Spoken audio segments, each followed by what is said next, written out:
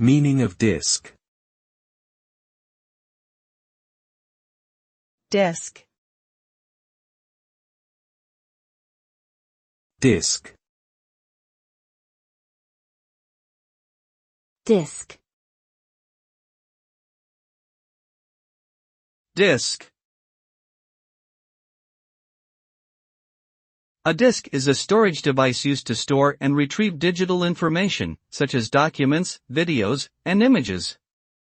It consists of one or more circular platters coated with magnetic material and rotating at high speed inside an enclosure.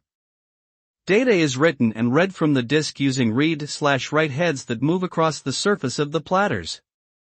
Disks can be internal or external and come in various sizes and formats, including hard disks, solid-state drives, floppy disks, and optical disks. They are used in computers, servers, laptops, and other electronic devices to store and access data.